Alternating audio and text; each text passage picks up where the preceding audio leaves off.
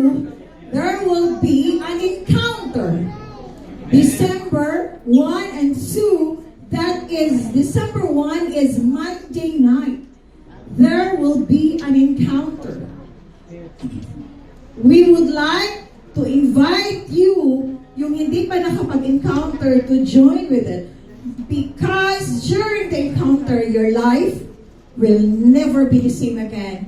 You will really encounter Jesus, His presence, and there will be open heaven. I will not say the testimony, but I saw every encounter the power of God.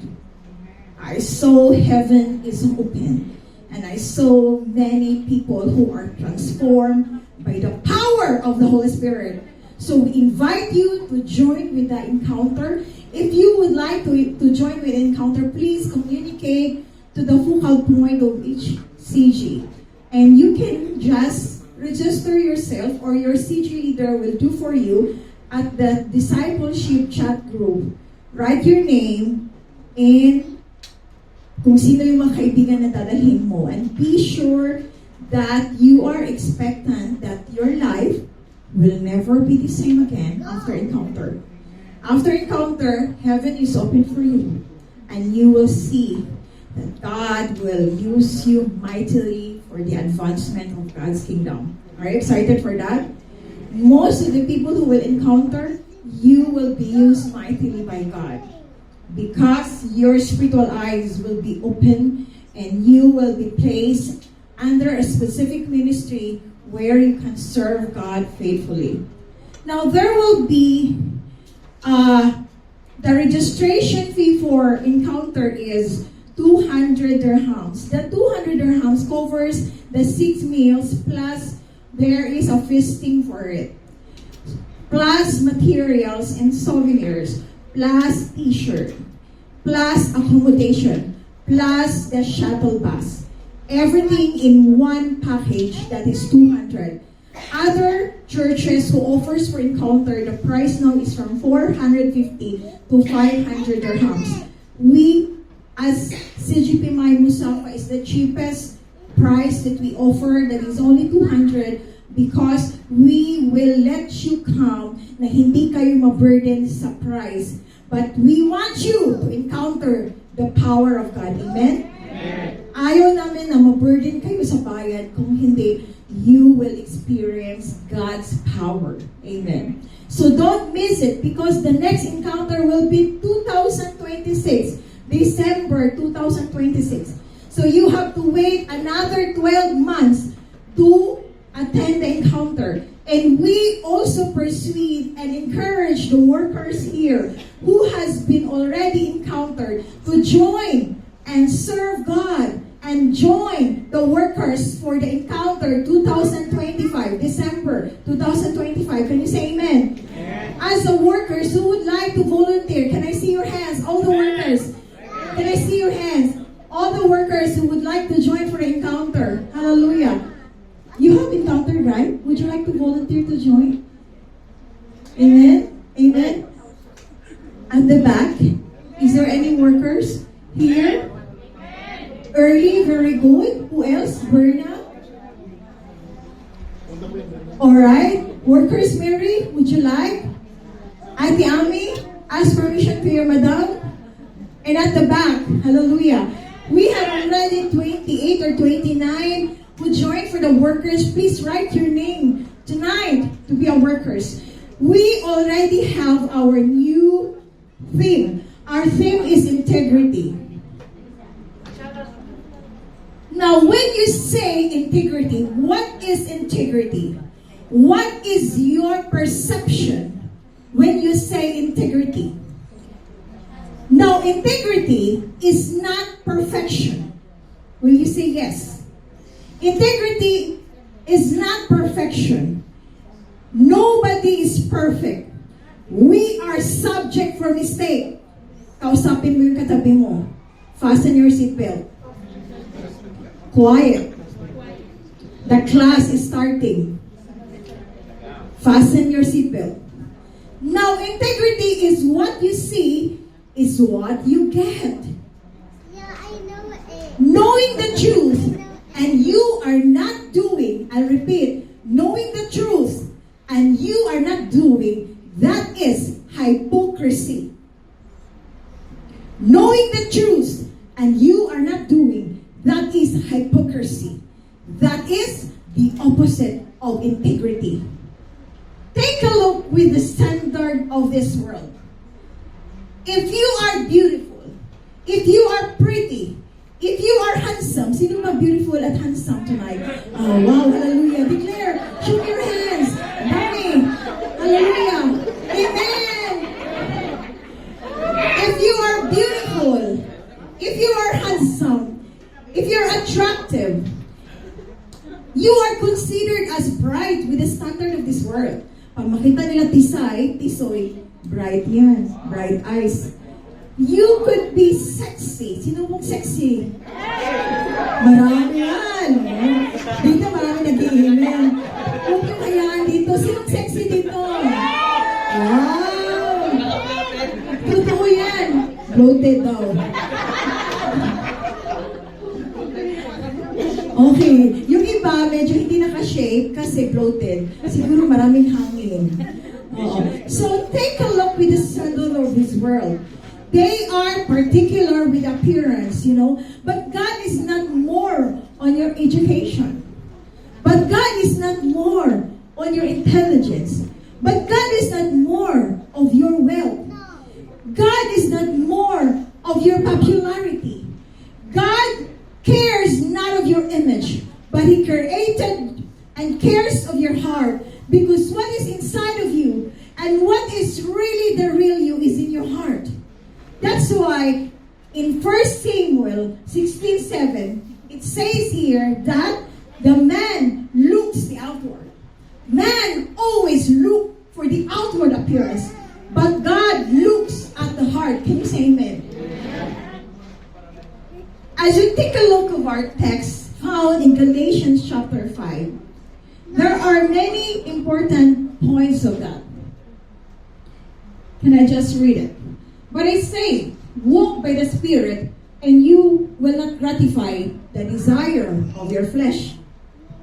For the desires of the flesh are against the Spirit, and the desires of the Spirit are against the flesh. For these are opposed to each other, to keep you from doing the things you want to do. But if you are led by the Spirit, you are not under the law. Now, the works of the flesh are evident. What are the works of the flesh? Sexual immorality, impurity, sensuality, idolatry, sorcery, enmity, strife, jealousy, fits of anger, rivalries, dissensions, divisions, envy, drunkenness, urges, things like this. Then if you manifest this, what will happen to you? I warn you, as I warned you before, that those who do such things will not inherit the kingdom of God. Next line. But the fruit of the Spirit is love, joy, peace, patience, kindness, goodness, faithfulness, gentleness, self-control. Against such things there is no law. And those who belong to Christ Jesus have crucified the flesh with its passions and desires. So if we live by the Spirit, let us also keep in spirit keep in step with the Spirit. Let us not become conceited, provoking one another, envying one another. The power of God here, our text implies about there is a war between our spirit and flesh. By the way, as a human being, Gina, can you just stand? If you see the appearance of Gina is very cute, right? Yes. Yeah, she's very good. She's a good dancer. She's very enthusiastic and energetic. If you see the outward appearance of Gina, you will see her outward appearance, this body. But this is not the real Gina. The real Gina is her spirit. Because a human being composed of body, soul, and spirit. Your body is your senses of, you sense smelling, sense of touching, and etc. Your spirit is the real you. The real you is your spirit that is inside your body. Your soul, the faculty of your soul is your willpower, your intelligence, your emotions. That is the faculty of your soul. Now, your spirit is the one that is transformed, that is regenerated by the power of God when you accept Jesus as Lord and Savior. The three parts of human being, body, soul, and spirit, the important is the spirit, because that is the real you. But the problem is, the real one is the spirit, but your spirit is being dominated by your flesh. Every day, the one that dominates your life is your flesh, not your spirit. So Paul emphasized that there is a war. You can go back, Gina. Thank you very much. There is a war between your flesh and your spirit. Sabi ni Paul for the people of Romans 22 to 23 in chapter 7, for I delight in the law of God, in my inner being. You know what is inner being?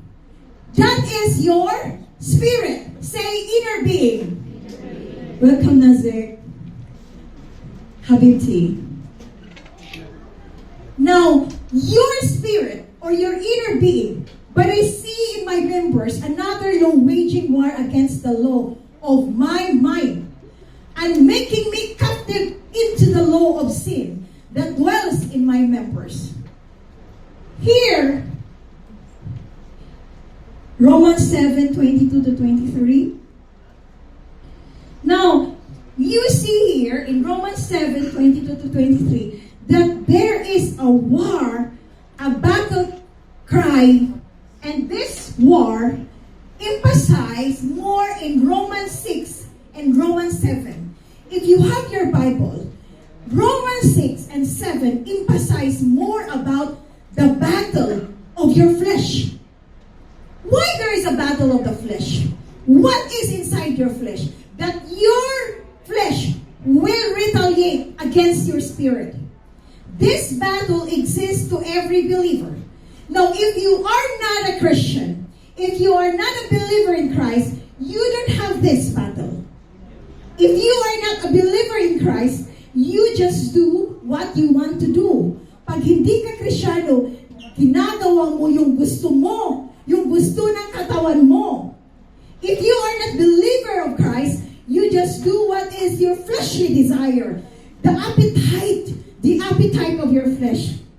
Now, no war, you live self. Because why? Self is your king of your world.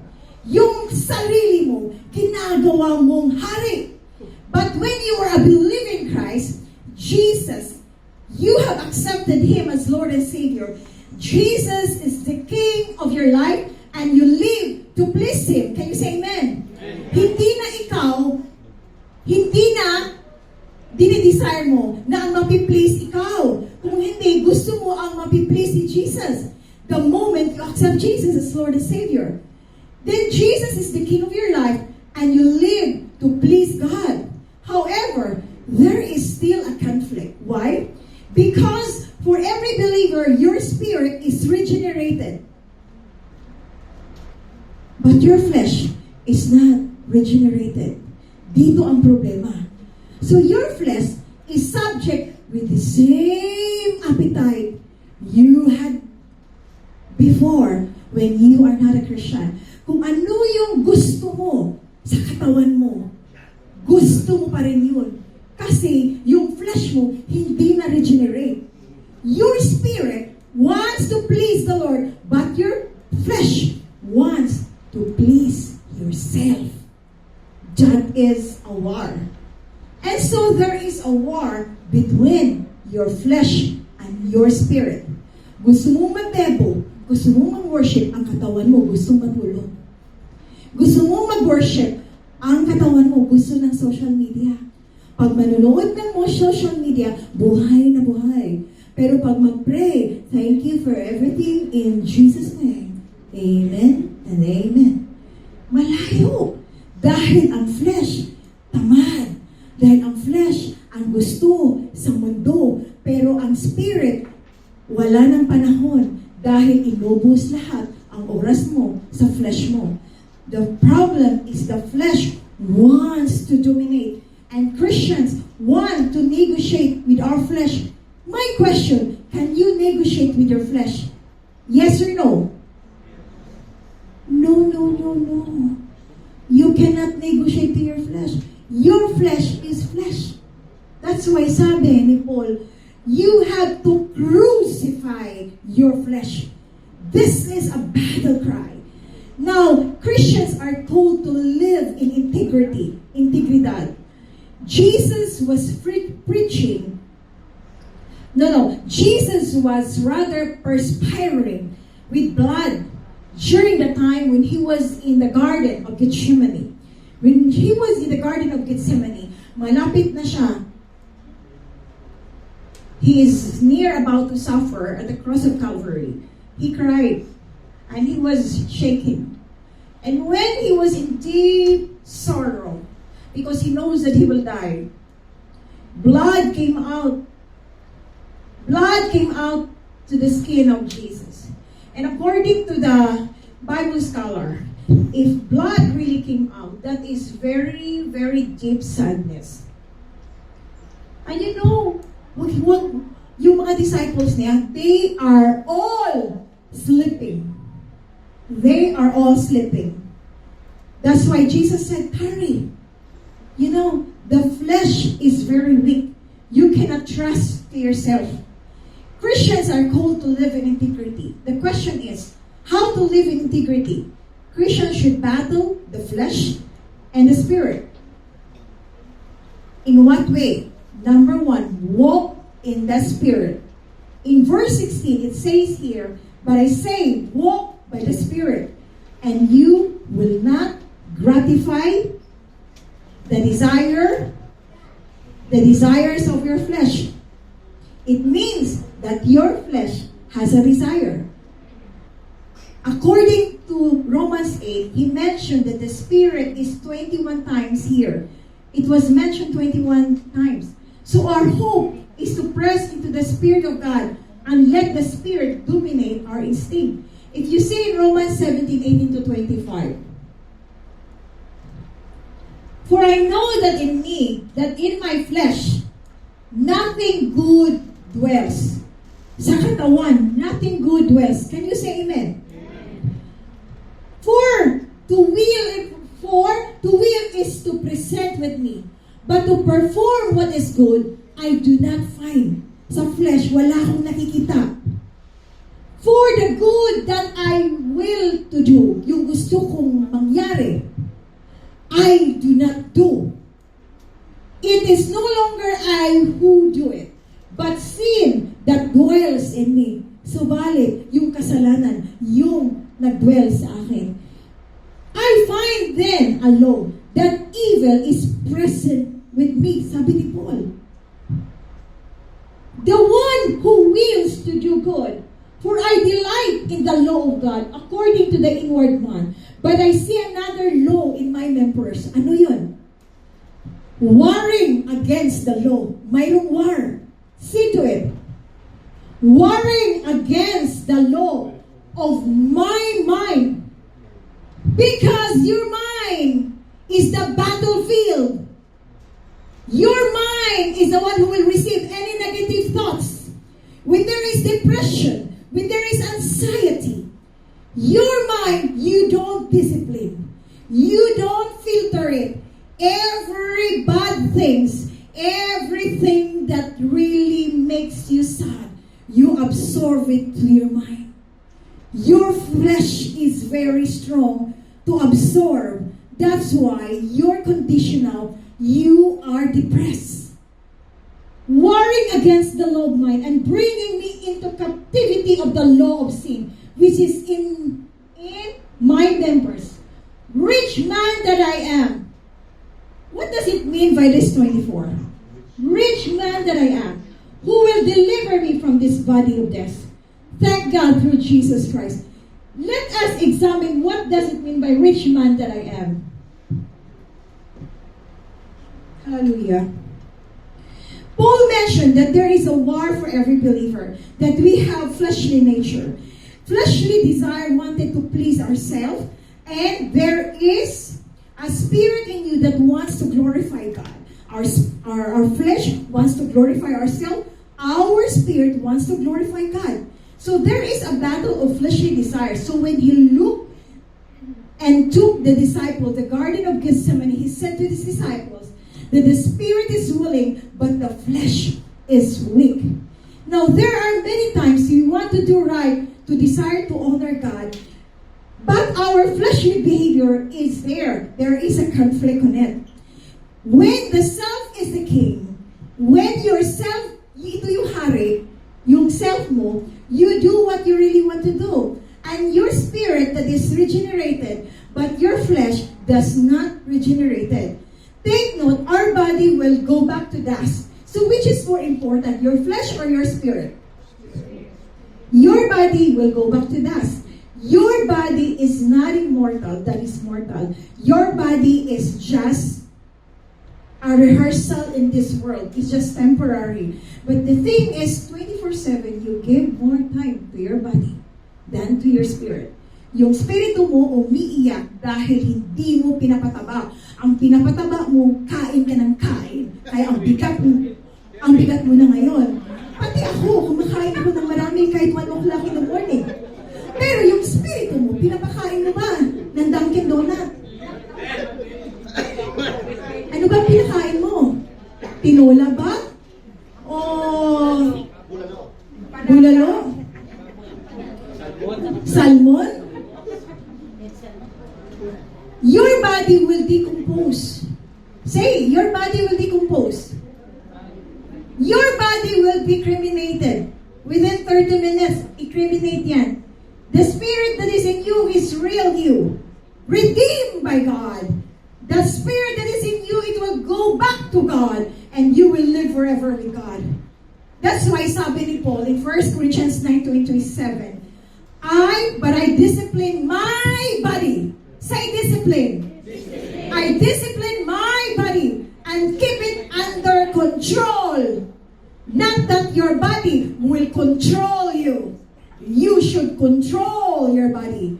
Lest after preaching to others, I myself will be disqualified. If you are a leader and your body is controlling you more than your spirit, then you will be disqualified. Because in the kingdom of God, there is disqualification. Your flesh has a fleshly desire, but I will bring it under the subjection to the Spirit of God. Why? Within me, so that one day I will not be disqualified. Sabi ni Paul, in preaching the gospel that I am preaching. Because sometimes, we as leaders, we are very strong to proclaim the word, but in actions, we are very poor. We are poor in action. We are lazy. We are arrogant. We thought that we are so big. We have to let your flesh under the subjection of the Holy Spirit.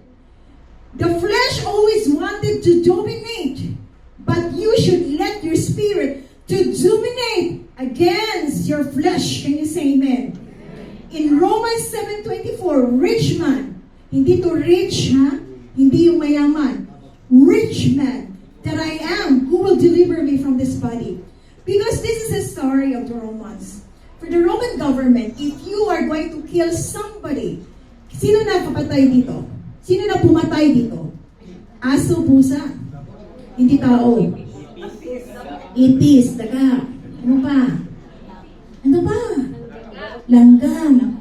Iba sa amin ang langgam. Sa Bisaya.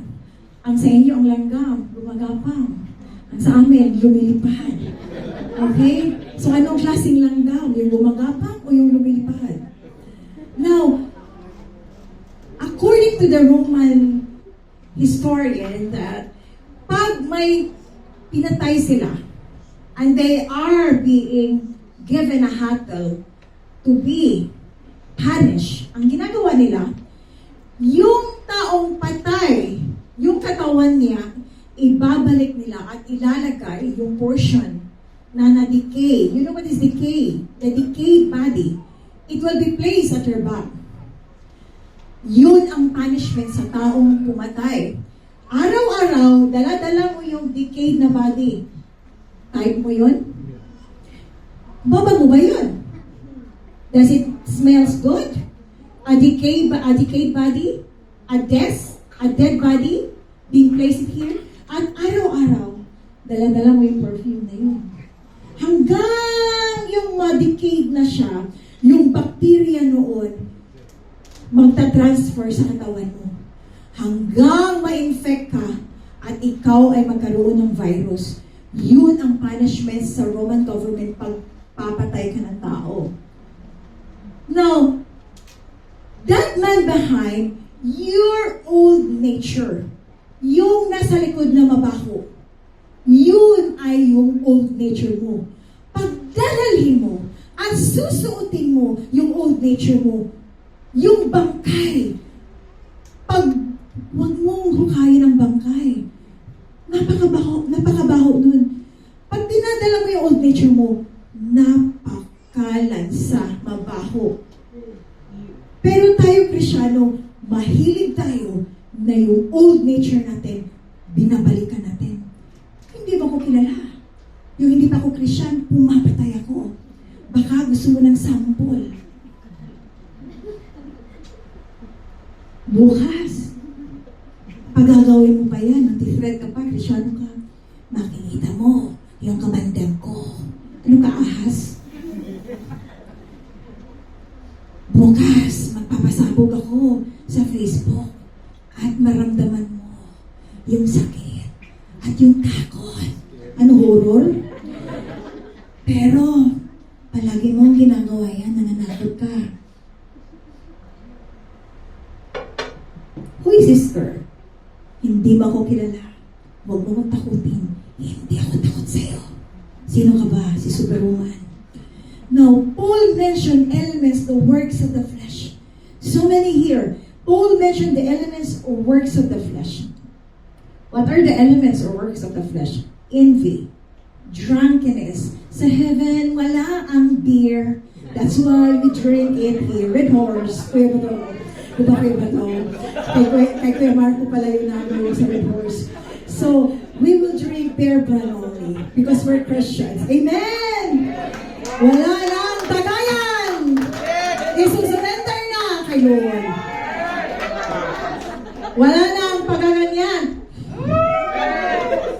Kasi asupriyan para kang dragon. Alam mo ng dragon? Mabaho yun. Alam mo ba ang vape kung gaano kadidli yan? 2 years ka lang mag-vape, tsugi ng tao. Nakakatakot ang vape, kaya sabihan mo yung katabi mo, huwag ka lang mag-vape. And things like this. Kasi ang vape kasi, social. Anong flavor mo? Menthol. Anong flavor mo? Strawberry.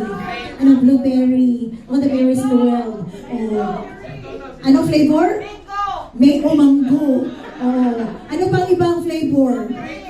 Ha? Grapes. Mabango. Langka. Oo, mayroon yan. Ano yan? Pinas? Langka. Ano may avocado din? Durian? Smells like, tastes like heaven, but smells like hell.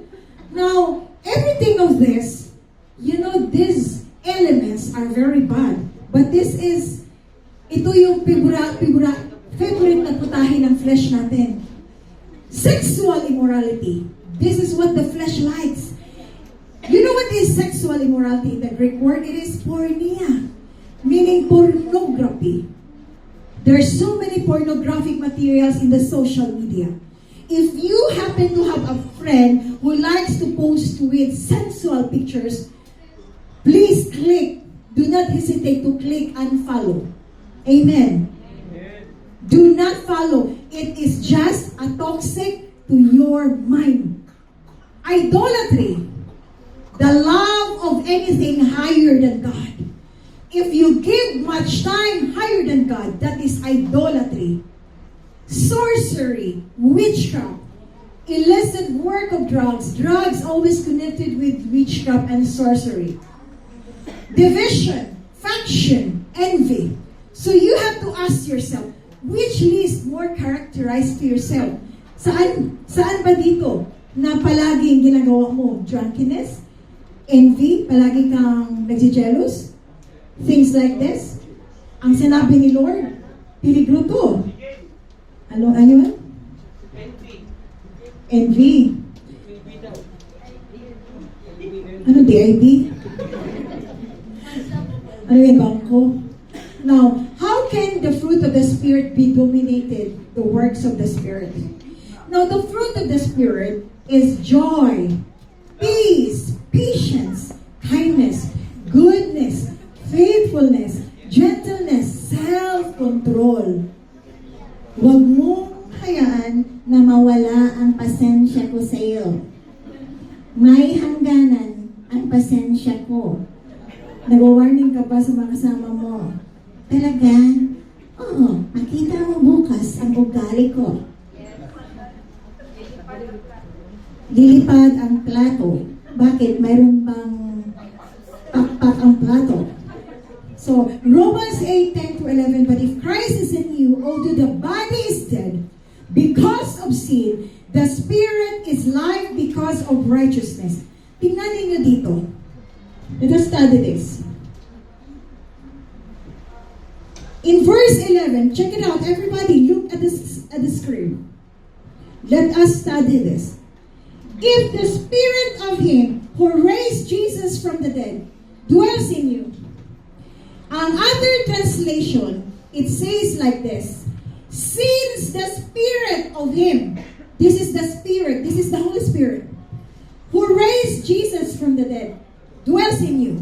What will happen to you if the Holy Spirit dwells in you? Since you already accepted Jesus Christ as Lord and Savior, and your spirit is regenerated, what will happen to you? He who raised Christ Jesus from the dead will also give life to your mortal bodies. So the same power that Jesus had the power to raise from the dead, you will receive the same power. Can you say amen? So there is no such thing as an excuse that you are not able to overcome temptation, because the same power that Jesus given during the time when He was resurrected is the same power that God will give it to you. Amen. Do not say, dahil tao lang ako, kaya nagkakamali ako. Church, we have the capacity to resist sin because we have the same power that raised Jesus from the dead. It means we have the ability, we have the capacity to resist sin. Because, ano oras? Alas 11? 11:54? Oh my God. Rapture na siguro. 5 minutes na lang. Now, it means we have the ability, the capacity to resist sin because we have the same power that raised Jesus. Since the Spirit of Him who raised Jesus from the dead dwells with us, with the Holy Spirit. So, this is very encouraging and this is very challenging. Why? That is why when we are in the midst of temptation, the Holy Spirit will convict you. Can you say amen? The Holy Spirit will give you warning. Amen? The Holy Spirit will give you warning. The Holy Spirit will touch your spirit. We can draw the same power that Christ Jesus raised from the dead. So the challenging is, since we have the same power that Jesus Christ raised from the dead, so we have no excuse not to overcome temptations. The ability not to overcome temptation is not because we have the lack of the Holy Spirit, but we have the lack of willpower. God gave you the willpower to choose what is good and evil. So tonight, choose what is good. Can you say amen? Amen. Choose what is right. Choose what is acceptable. Choose what is righteousness. Choose what is correct in the sight of the living God. Our will works in that cooperation of the power of God in order to resist temptations. Let your willpower cooperate with the power of the Holy Spirit to resist sin. Because the Word of God says in 1 Corinthians 10:13, no temptation has overtaken you that is not common to man. God is faithful, and He will not let you be tempted beyond your ability. But with the temptation, He will also provide the way for you to escape, that you may be able to overcome and endure temptation. Can you say amen? It means that the very power of Jesus Christ is residing in your life. The power of the Holy Spirit for you be able to overcome sin. God will provide the exact real. Why? God will empower you to overcome temptation. Every time we give in into temptation, not because we have lack of the Holy Spirit, but it is the lack of willpower. The Bible, in the history, we have noticed that Samson has an anointing. We have noticed that Joseph, the same, has an anointing. But then, when they were tempted, see Samson, what happened? He gave in with temptation. But Joseph did not give in, did not compromise with sin, did not compromise with temptation. Because to overcome temptation on your flesh is not measured by the anointing that you have. Please listen. To overcome temptation in your flesh, on your flesh rather, is not measured by the anointing that you have. It's not measured by the title that you have in the church. No. Even you are in fivefold ministry, even if you are an apostle, even if you are evangelists, you are teachers, you are pastors, you are a prophet, the fivefold ministry, it doesn't guarantee that you can overcome temptations. It is how you build up your spiritual man. I repeat, to overcome temptation, it is how you build up your spiritual man. If your spiritual man is so strong because you invest to worship God, because you invest to pray to God deeply, because you invest to soar high in the spiritual realm and invest time in the presence of God, your spiritual man will be so strong. And it's gonna be 1,000,000 times stronger than you are compared to your flesh. And when there is a titanic problems, and when there is a great adversary, challenging that will try to destroy your mind, you will never be moved because your spiritual man is so strong. Can you say amen? Kunting problema lang, wala na. Give in na. Depressed na. Because your spiritual man is not strong. But if your spiritual man, you feed with the Word of God, you dwell in the presence of God, you spend time with God, your spiritual man will never be the same again. Your spiritual man will be so strong. And when problems will come, you will just laugh. Because you know who is with you, that God will never leave you nor forsake you. God will protect you. God will uplift you. Can you say amen? Amen. To live in integrity, you have to crucify the flesh. How you're going to crucify the flesh? In verse 24, and those who belong to Christ, Jesus have crucified the flesh with its passion and desire. Now notice, he uses crucifixion. It doesn't mean kill. When you crucify your flesh here in verse 24, hindi to ibig sabihin na papatayin mo yung flesh mo, kukunin mo yung kutsilyo at tutusukin mo. Baka pag-uwi ninyo, ang i-apply ninyo, sabi ni Pastor Ramati, we have to crucify our flesh. Nasaan ba yung kutsilyo nito galing sa IKEA? Okay, mag-start na tayo mag-crucify. Maaga pang penitensya. Luke 9:23, and he said to all, if anyone would come after me, ano sinabi ni Jesus? Let him deny himself and take up his cross daily and follow me. To deny yourself is not to prioritize this world. To deny yourself is to say no to sin. To deny yourself is to reject what you want from your flesh. That's why Paul said, I die daily. I am crucified with Christ. Nevertheless I live, but Christ lives in me. You are not the controller of your life. It is the Holy Spirit who will take control to your life. And if you let the Holy Spirit control your life will be transformed by the power of the Holy Spirit. Hallelujah. So Jesus told us every day to die yourself, crucify our flesh, living for Him. In Luke 9:23, and He said to all, if anyone would come after me, let him deny himself, take up your cross, and follow me. You have to deny yourself and not to take up your cross. The cross is not the literal cross. The cross is what your bondage is. Yung mga tinatago mong kasalanan na dapat i-reject mo na at dapat i-surrender mo and let God to take control to your life. Amen. So there, brothers, in Romans 8:12-13, we are debtors not to the flesh, to live according to the flesh. For if you live according to the flesh, what will happen to you? You will die. Oh my God.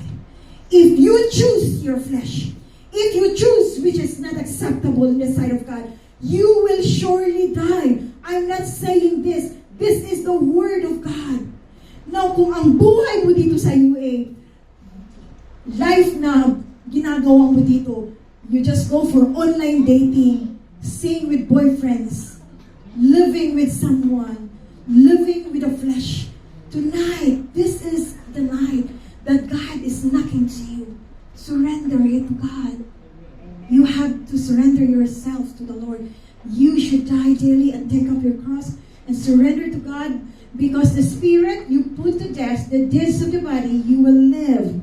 If you surrender it, you will surely live, and you will reap the harvest of blessings, and heaven will be open. Tell me, if you surrender everything to God, bountiful blessings, blessing upon blessing will be open to your life. Your life will never be the same again. Alam niyo bakit nagkakahirap tayo? Dahil nitong tinatawag na kasalanan. Because of this sin, there is poverty that will strike to our life.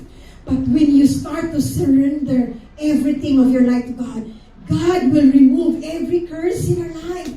God will remove this poverty. God will remove this sickness. God will remove this heaviness. God will remove this anxiety.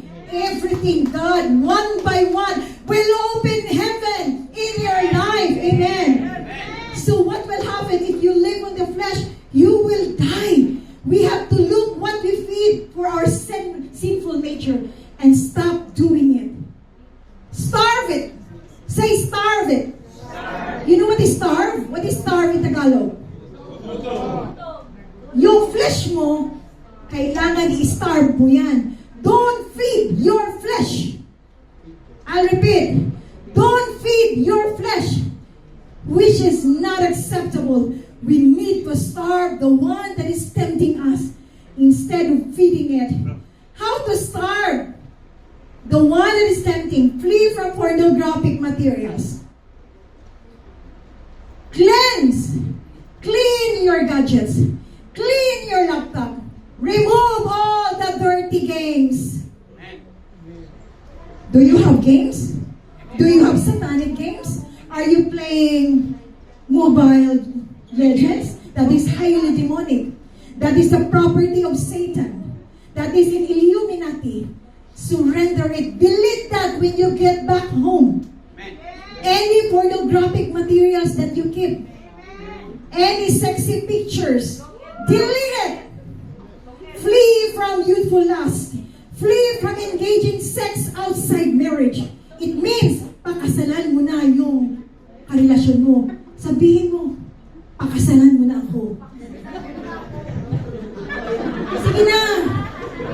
Wala dito, Gina. Wala, Gina. Wala kami pakasalan. Wala siyang pakakasalan. Nasaan si Ay? Kasal na sila. Dalaga pa siya. Si Dax? Wala pa Dax, no? Ha? Umuwi? Talaga? Kailan babalik? Pagbalik, sabi mo, pakasalan mo na ako. Si Jaja. Ang problema, wala pa. Flee from bad association, toxic people. You know who you are. You know, same flocks together. You know, what is that, saints? Same feeders, flocks together. It means there will be a transferring of the spirit. Either ikaw ang madala or siya ang madala sa'yo. If your social media is feeding you flesh, then put a boundary. Say, put a boundary. How many hours you spending your time with social media? 30 minutes a day? I don't think so. 4 hours. Minsan, mainit na at minsan, grabe na ang radiation. Basa-basa na daw. Grabe naman talaga yan. Okay, so what you gonna do? Yeah, that is true. That is honest. We are here. We are transparent. We are talking, but we are helping. Can you say amen? Nobody's condemned here. Everybody here, you are precious in the sight of God. We are not condemning here. We are helping each other so that lahat tayo makapunta ng langit. Hallelujah. Kaya nga nandito tayo kasi ang church hospital. Hospital sa mga may sakit sa puso. Sa mga iniwanan ng jowers. So, watch. You watch that can lead you into sin. The people who hang out can lead you into sin. Be careful. Ask yourself, do I need Jesus? Or more than these people who feel me that I can lead me into destruction? Kung ang friends mo makalead into destruction, flee from them. Umalis ka na. Think of it, yung katabi mo, sabihan mo, umalis ka na sa mga friends mo na nag-lead sa'yo into destruction. Alam niyo yung mga dating site? Malakas yan dito. May dating site pa na tag noon. Bakit? Red tag? Ano ito ba? Alam niyo bakit nagkakaroon ng mga online dating? Kasi yung iba, pag makita na mayroon nagbigay si Habibti, you know, my Habibti is giving me free load. 5 dirhams per week. Yung kaluluwa mo, inano mo lang sa 5 dirhams. Yung Habibti mo, you know, okay, Habibi, how much you pay for the... How much you pay, Habibti, for the bed space? Okay, Habibi, I'm paying 500. 500. Sagot ng lalaki na Habibi niya. Okay, I will pay 50%. Okay? See you on Saturday. Do not go to the church. I will sleep. I will bring my things. Then, ikaw din sumagot, okay, Habibti, syukran. Alam mo yung kaluluwa mo, you just exchange your soul with the 250 dirhams compared to heaven. Why you bargain your soul? Say, do not bargain your soul. For the darkness, God can provide you. God can make you be promoted. Why you will ask from Habibi? Mapipulos? No, Habibi. Shukran. I have so much money with my God. Kawali-wali.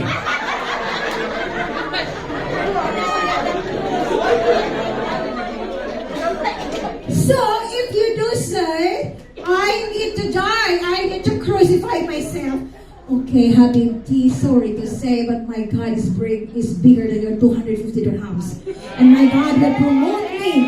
And my God will promote me. And I know that heaven is waiting for me. I don't want to go to hell. This is just temporary. I will never sell my soul to anybody. I will say, no, this is my willpower. This is the power of the Holy Spirit convicting me. I will never do that. I will not do anything to hurt my God. Because I love my God, I will never compromise with sin. So it is not only dying to yourself, but feeding God's word and feed yourself with worship for you to be able to overcome sin. Last is live in humility.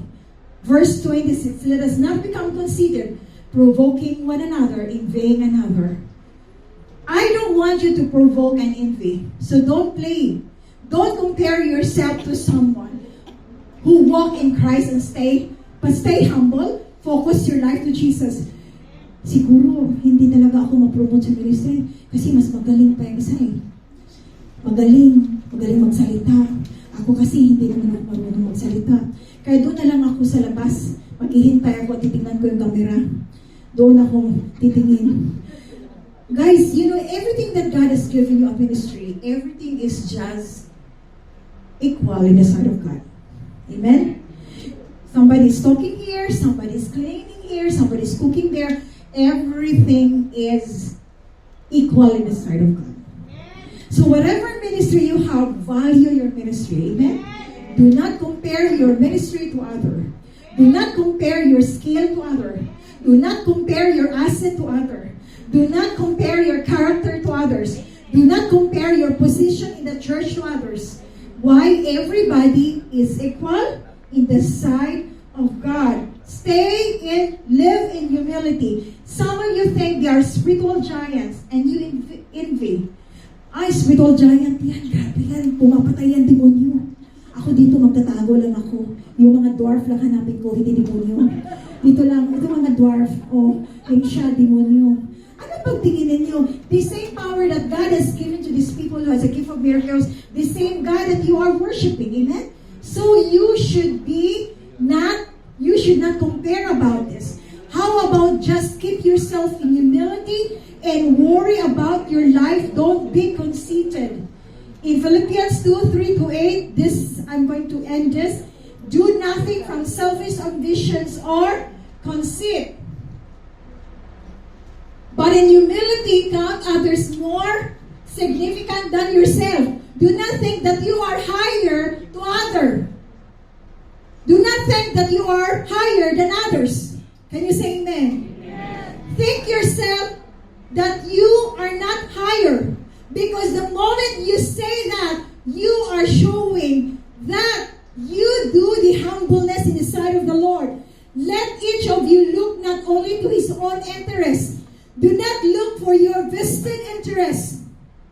Do not think for your vested interest when you are in the side of the kingdom of God. Bad interest, it will be corrupted. Bad interest will be exposed. And somehow, if you have bad interest, you will not prosper. I'll repeat.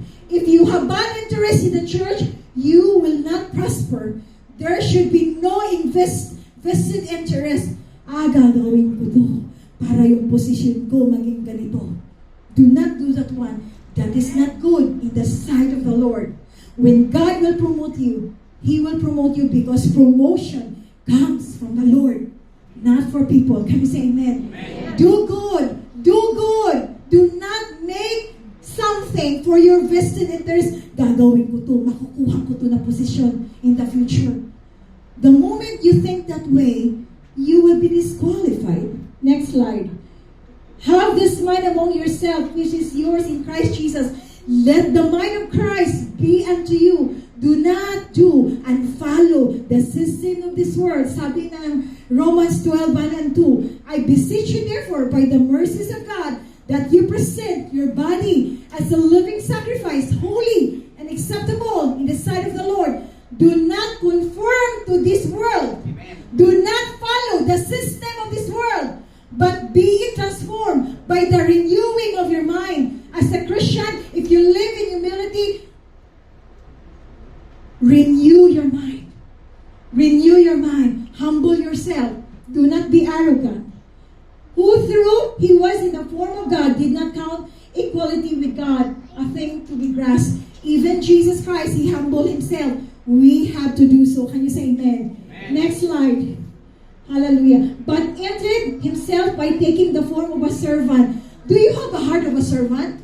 Amen. Do you have a heart of the servant? Amen. This is what God is looking to this end time. You should have a heart of the servant. Do not wait that somebody will serve you. Serve the people. Amen. In the cell group, cook with the people. Love the people. Give them the best shot in discipleship. Amen. Being found in human form, he who humbled himself by becoming obedient to the form of point of death, even death on the cross. Hallelujah. So when we live in humility, to live in humility, you acknowledge your flaws. You acknowledge your weakness. You acknowledge what is not a strength to your life. Admit when you are wrong, taking responsibility for your mistakes. Listen to others. Do not always think that you're the best. Do not think that you're always higher to them. Listen to others. Bakit minsan ang problema natin hindi nasusolve? Dahil palagi natin tinitingnan na malaki tayo. Sobrang laki natin. Kaya hanggang ngayon, hindi nare-resolve yung problema natin. Try to humble yourself and say to the Lord, Lord, I am nothing without you. I need you. I need you to intervene into my life. Without you, I cannot do anything. Seek and accept feedback. When you seek and accept feedback, it means that you lower yourself and you know that someone can advise you and give you a constructive criticism. When you are a Christian, accept constructive criticism. Because when you accept that, it means that you know that you will learn from other people, not only that you will be the one to teach them. Serve others. Volunteer your time. Volunteer your resources. Help to those in need. That is in live in humility. Practice gratitude. Acknowledge the good things in your life. Prevent pride. You know what is fried chicken? Ito yung ikinamatay ni Lucifer from hell. Nandito na siya, kasama natin. Because of this fried chicken, Kentucky Fried Chicken. Lower your pride. Ask for help. 30 years na ako sa Panginoon eh. Hindi na ako kailangan mag-ask ng help. Veterano na ako eh. Veterano ka dyan? Stay open to learning. Accept compliments and criticism. When you accept criticism, have enough self-confidence to take both positive, take negative. Can you say amen? Amen. It may be positive or negative feedback. Accept it, knowing that it will make you grow in your faith.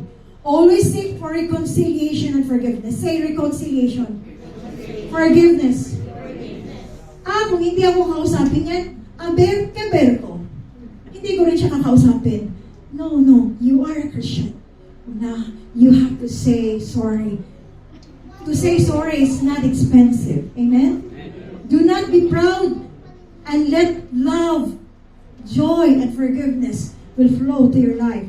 A rivers of water of love and forgiveness. To live in integrity as a Christian, we should walk in the Spirit. We should crucify the flesh. And we should live in humility. Can we give a clap for praise to God? To give us something tonight, let's proceed to the breaking of bread. Let us all stand in the presence of the Lord.